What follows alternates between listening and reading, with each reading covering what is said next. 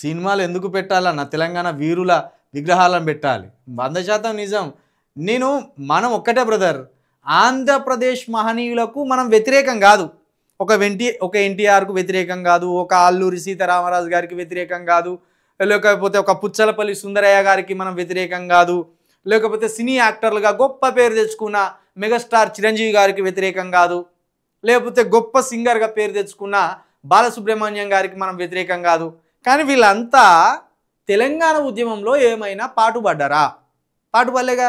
మరి వీరి విగ్రహాలు మన ప్రాంతంలో ఎందుకు? గదొక్కటే అడగదలుచుకున్నాం. వాళ్ళు మహనీయులే, ఆంధ్రప్రదేశ్ మహనీయులే. ఇప్పుడు పొట్టి శ్రీరాములు గారు ఉన్నారు, ఆయనకును తెలంగాణ రాష్ట్రానికి ఏం సంబంధం? ఆయన మూమెంట్ చేసిందేమో ప్రత్యేక ఆంధ్ర కోసం. మద్రాసు రాష్ట్రంలో కలిసి ఉన్నప్పుడు వాళ్ళు ప్రత్యేక రాష్ట్రం కావాలని ఉద్యమం చేసింది.